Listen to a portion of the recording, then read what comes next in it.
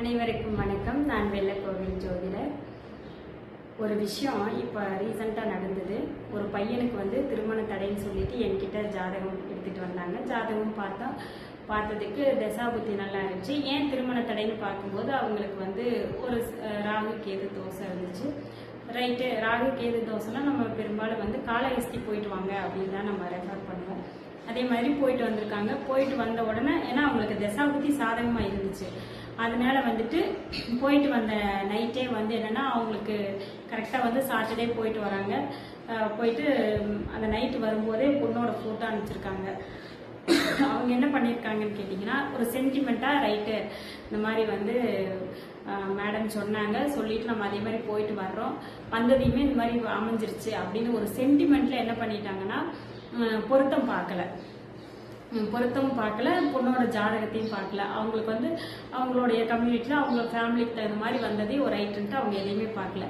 எல்லாம் பார்த்து பேசி முடிச்சுட்டு பொண்ணு பையன்லாம் பார்த்து எல்லாம் ஓகே சொன்னதுக்கப்புறம் என்கிட்ட வந்தாங்க.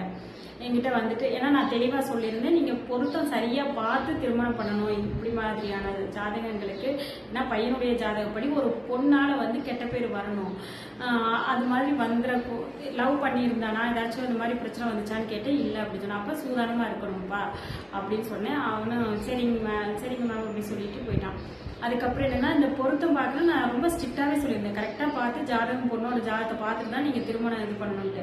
அவங்க என்கிட்ட பார்த்தா ஏதாவது சொல்லி வேண்டான்னு சொல்லிடுவேன்னு நினச்சிட்டு வேற பக்கம் பொருத்தம் பார்த்துட்டு திருமண ஏற்பாடுலாம் பண்ணிட்டாங்க. சரி பரவாயில்லன்னு சொல்லிட்டு நான் என்னோட சொந்த ஊர் அவங்களும் அப்படிங்கிறதுனால எனக்கு அந்த ஒரு உள்ளூர் மரியாதைக்காக எனக்கு பத்திரிக்கைலாம் கொடுத்தாங்க, எல்லாம் பண்ணாங்க. ஆனால் அன்ஃபார்ச்சுனேட்டாக நான் அவங்க கல்யாணத்துக்கு நான் போக முடியல. அதுக்கப்புறம் நான் பொண்ணோட நட்சத்திரம் என்னன்னு சொல்லி கேட்டேன். அப்போ கேட்கும்போது கரெக்டாக புனர்பூச நட்சத்திரம்னு சொன்னாங்க. பையனுக்கு ஆயில்ய நட்சத்திரம். இந்த ரெண்டுக்கும் பொருத்தம் இல்லை.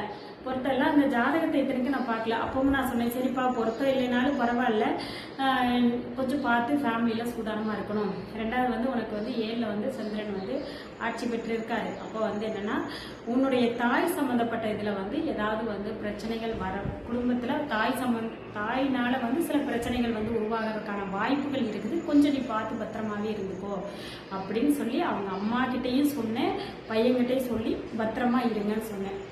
சரின்ட்டு கல்யாணம்லாம் முடிச்சு போயிட்டாங்க.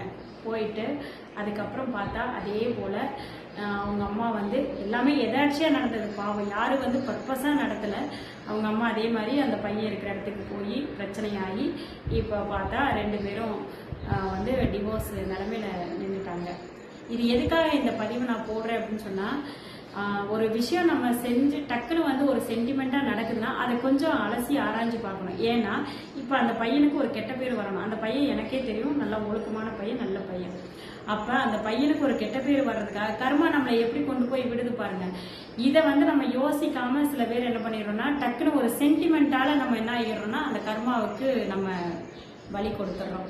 அதனால தயவு செஞ்சு ஒரு விஷயம் நடக்குது அப்படின்னா, சடனா நடக்குது அப்படின்னு சொன்னா கொஞ்சம் அலசி ஆராய்ஞ்சு செய்யறதுல தப்பு இல்லை. அதுக்காக நம்ம ரொம்ப வெயிட் பண்ணி அலசி ஆராய்ஞ்சோம்னா அந்த விஷயம் நடக்காமையே போயிடலாம், கைவிட்டு போயிடலாம்.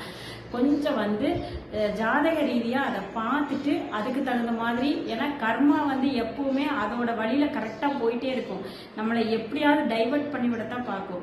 அப்படிங்கிறப்போ அதுக்கு கொஞ்சம் நம்ம இடம் கொடுக்காம கொஞ்சம் விதியை மதியால் வெல்லலாம் அப்படின்னு சொல்லிட்டு அதுக்கு தகுந்த மாதிரி கொஞ்சம் ஃபாலோ பண்ணா நல்லதா இருக்கும்னு நினைக்கிறேன். இந்த பதிவு மெயினா நம்ம சென்டிமெண்டா அடிக்ட் ஆகக்கூடாது அப்படிங்கறதுக்காக தான் இது போட்டிருக்கேன்.